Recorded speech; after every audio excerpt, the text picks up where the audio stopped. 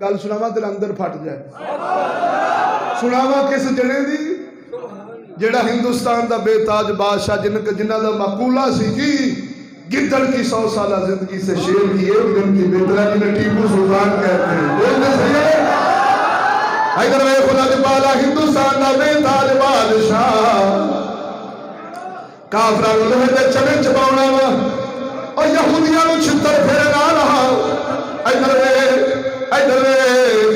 او میں گل کرنا جاواں تو ایوبی دی اولاد تو ٹیپو دی اولاد محمود دی اولاد غزنی دی اولاد اورنگزیب عالمگیر دی اولاد اور اج کنا پیچھے چل پئے اور جڑے ساری زندگی تیرے ساڈے پیو داد ہے کافراں نو چھتر پھیرنے رہے یہودیاں نو چھتر پھیرنے رہے. اج ایسے جمے ایسے بے لگامے ہوئے ایسے اپنے ماں پیو دی دین نو چھڈیا ہے ماں باپ دی روش نو چھڈیا ہے او چھتر پھیرنے رہے. تو کافر ورگا بوتھا بنا بیٹھا ہے اپنا ایڈیل بنا بیٹھا ہے وہ چھتر پھیر دے رہا ہے. تو ڈائی پھیلا کے باؤ بن کے پیو نو بخانا ہے.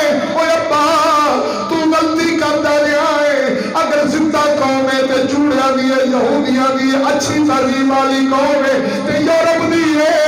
اساں اپنے گھر دے ماحول چوڑیاں والے لباس چوڑیاں والے شکلاں چوڑیاں والی ہر قسم دا نظام چوڑے دا رکھ کے پیو دادیاں نو کہہ رہے ہیں او پیو او چاچیو او تایو او یوبی او غوری او ٹیپو تساں ساری زندگی غلط کرتے رہے. اب دیکھو اساں رل گئے اساں کتا تے پیڑا آخری ہے پر کتا دے پجاری ساڈے آئیڈیل نے او جھلیا اے نبی دے غلامان حلالیہ دی شان نہیں. ادھر آ تیرے پیو دی گل سناواں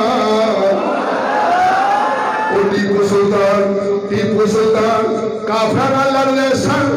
جب آخری میں رویا سمجھ گئے جعفر کی صادق منافق غدار کافراں نال لڑیا آپ سمجھ گئے کون کہانی پلٹن والی مسئلہ بن گیا.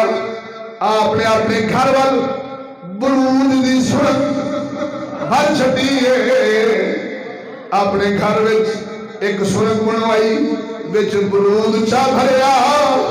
اپنی لونڈی نو فرماؤندے نے اے لونڈی اگر میں قتل ہو جاواں میں شہید ہو جاواں اس برود دی سڑک نو اگ لا دینی تاکہ کسے کافر دا ہاتھ میری عزت نو نہ پہنچے یہ میری عزت محفوظ رہ جاوے. جے میں زندہ ہاں کافر کوئی اگے نہیں آ سکتا. اور لفظاں دے غور ہوئے میں زندہ ہاں کافر اگے یہودی اگے دشمن اگے ساڈی عزت تک نہیں پہنچ سکتا.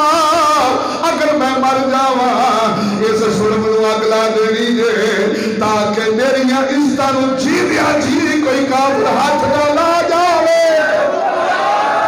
انہاں نو زندہ قوم آکھدے نے انہاں نو غیرتمند آکھدے نے